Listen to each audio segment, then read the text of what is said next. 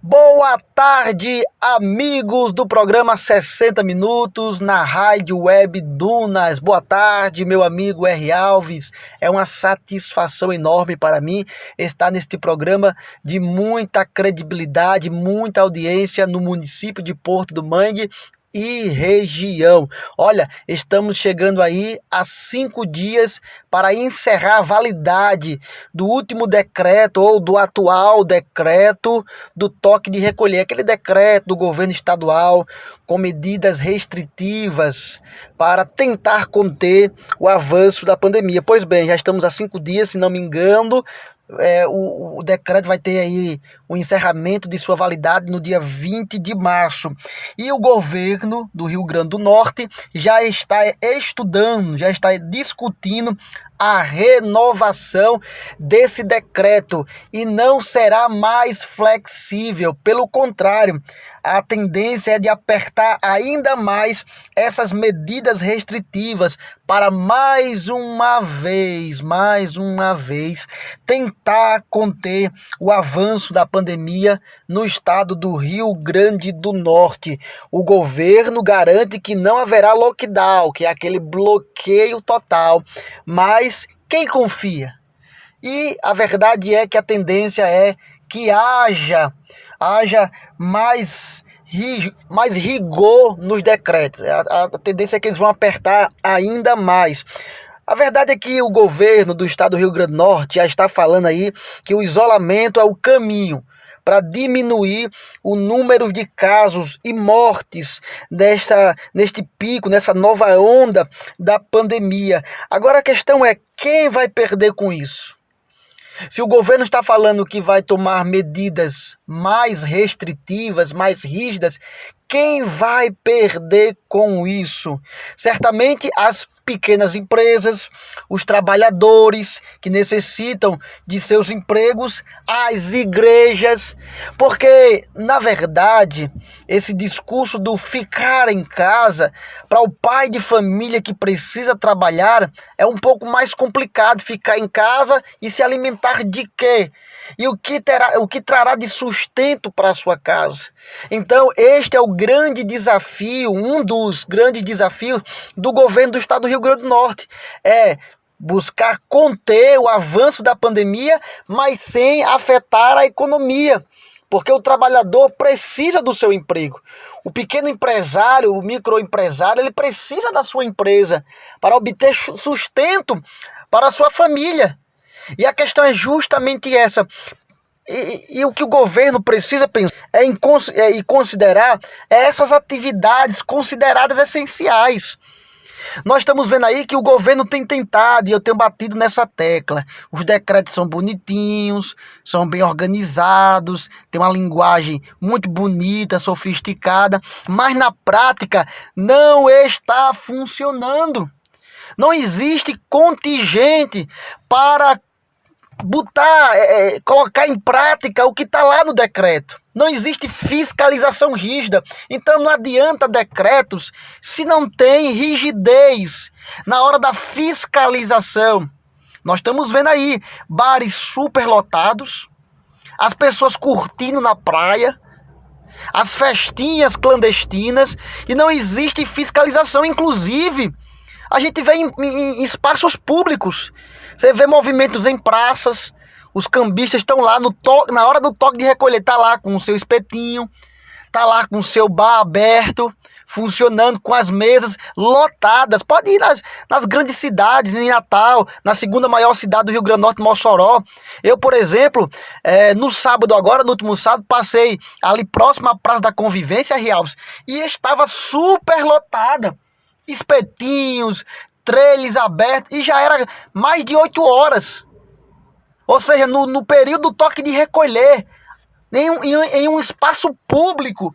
E tá ali o povo andando de patins, de bicicleta, e os espetinhos abertos, superlotados. Então, essa questão da atividade essencial e da fiscalização é que se precisa analisar. Porque se fala em um isolamento social.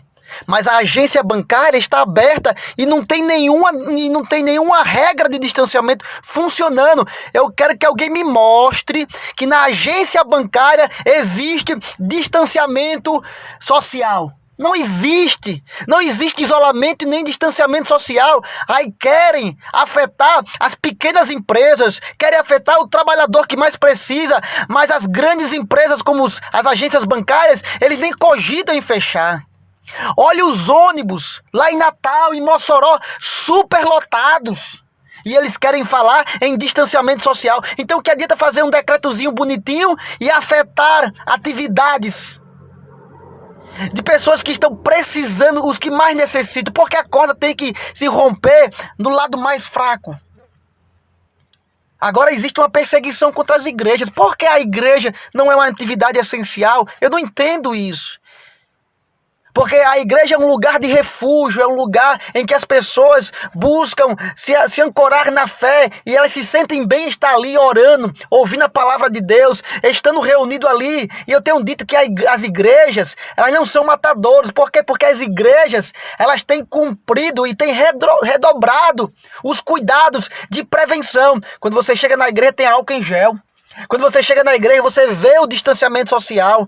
Quando você chega na igreja lá, tem o uso obrigatório de máscara. Então, por que proibir os irmãos de irem à igreja, os católicos de irem à missa, se é uma atividade essencial? Porque nós estamos falando de espiritualidade e já está mais do que comprovado que a espiritualidade também contribui para a saúde mental, emocional das pessoas. Mas eles querem cada vez mais perseguir as igrejas e fazem decretos em que perseguem as igrejas. Então o bar está aberto, os espetinhos estão abertos e não há rigidez. Mas nas igrejas, quererem fechar as igrejas e não considerar as igrejas como atividade essencial. Então a agência bancária está lá sem nenhum isolamento social, sem nenhum distanciamento social, e está aberto e ninguém fala sobre isso. E os ônibus superlotados e ninguém critica isso. Então o governo do estado precisa atentar para o que é considerado essencial. Porque fazer lockdown ou fazer decretos mais rígidos para perseguir o trabalhador, para perseguir as igrejas, para detonar as pequenas empresas, a governadora Fátima Bezerra precisa ver isso com bons olhos. Então, é muito triste. É muito triste que o governo do estado do Rio Grande do Norte, mais uma vez, não está conseguindo conter isso. E eu lamento que os governos municipais vão acompanhando a governadora do estado.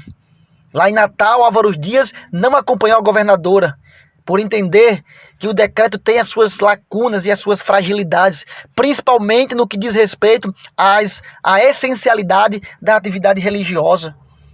Ele liberou que os irmãos possam ir à igreja, liberou que os católicos possam ir à missa, com todos os cuidados preventivos de combate e de contenção ao avanço da pandemia.